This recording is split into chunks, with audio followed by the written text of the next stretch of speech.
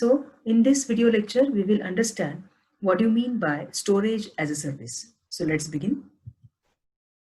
Storage as a service or SaaS is a business model in which a company leases or rents its storage infrastructure to another company or individuals to store data. So essentially here, the storage is taken on a rental basis or on a lease basis. Small companies and individuals often find this to be a convenient methodology for managing backups, providing cost savings in personal, hardware, and physical space. Of course, the companies which can be categorized as the startup companies, or they do not want to invest much on the IT infrastructure, they find this particular option very much beneficial. A company providing SaaS or storage as a service may be called as storage service provider, that is SSP. Okay, the entities who actually provide the storage on rental basis are also called as the storage service providers. Storage as a service can also be referred to as a hosted storage. Let's see. It operates on cost per gigabyte stored and cost per data transfer basis. Now, this particular point is very important. How the costing is calculated in this particular service or in availing this particular service. There are two ways the costing can be calculated. One way is cost per gigabyte stored. It actually tells you about the storage. If you are utilizing for backup purpose, then there the cost will be calculated as cost per gigabyte storage. And if you are using that particular storage maybe for the transactions, from transactions point of view, or for fetching some data from the database server, storing back the data onto the database server, so such kind of data transfer related operations if you are doing through that storage as a service, then in that case the cost will be incurred on the basis of cost per data transfer basis.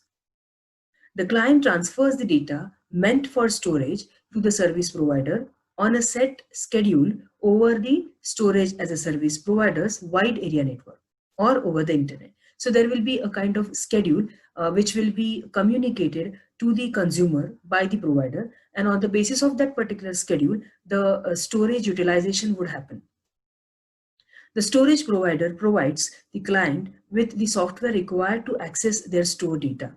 Clients use the software to perform standard tasks associated with storage, including data transfers and data backups. Corrupted or lost company data can easily be restored. So here it is said that the storage provider will provide the client with a kind of a software or with a kind of a UI through which that particular client can avail the storage as a service. Like if we take an example of Amazon services, we get the Amazon Management Console, AWS Management Console, with which we can actually access the various services offered by AWS, such as storage or EC2 instances or any kind of database services. Now, let us see some examples related to storage as a service. Data storage in cloud computing. How to store files in a virtual cloud.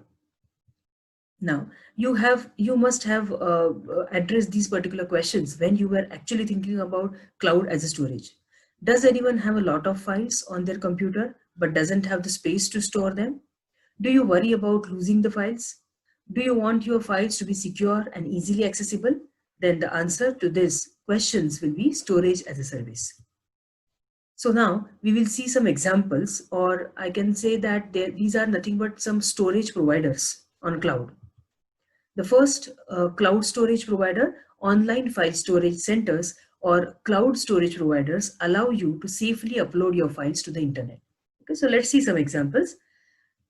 These are some examples which we are going to see in this particular video lecture, such as Apple iCloud, Dropbox, Google Drive, Amazon Cloud Drive, and Microsoft SkyDrive. So what we will do, we will essentially discuss about some basic functionalities offered through these storage cloud provider. So the first one is Apple iCloud, which gives 5 GB of free storage. It allows you to sync all your iDevices to iCloud. Anything you have stored in the iCloud can be accessed from any device. The second player in this market, Dropbox, it gives you 2 GB of free storage. It allows you to get more free space by completing certain tasks. Available in the App Store and as well as in the Android market. The example of this can be a file uploaded to Dropbox from a MacBook can be accessed from a Samsung phone also. The third player in storage market, Google Drive. This we are actually using it very frequently. Gives you 15 GB of free storage, requires a Gmail account to be accessed. Individuals can buy more storage for themselves if they want as per their requirement. Allows you to type documents, make spreadsheets, presentations, and many more features, and then save them to your drive. Let's move ahead. Amazon Cloud Drive. It gives you 5 GB of free storage. Additional storage also can be availed by maybe paying $10 per year. The cost may vary as per the current data. Available for download on Kindle Fire.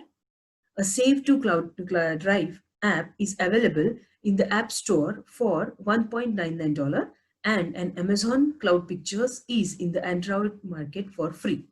So these are some functionalities or these are some features which are offered by Amazon Cloud Drive. Now let's move forward. Microsoft SkyDrive. Microsoft SkyDrive gives you 7 GB of free storage. Requires a Windows Live account. It can be saved to a Windows computer as a mapped drive. This is very, very important, or rather I can say useful feature of Microsoft SkyDrive.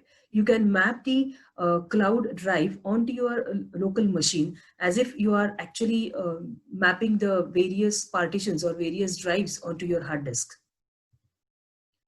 Now, there will be one question in front of the end user after seeing all these mega players in the storage market. Which one should I pick? The answer can be the cloud provider you pick should fulfill your needs as the consumer. If you need a lot of space, choose a provider that allows you to get the space you need. If you don't need a lot of space, choose a provider that you can actually use for storing files and that don't take up a lot of space, right? So this can be a simple thought process in order to decide which storage provider you have to go for. I hope you found this information useful. Stay tuned and keep watching.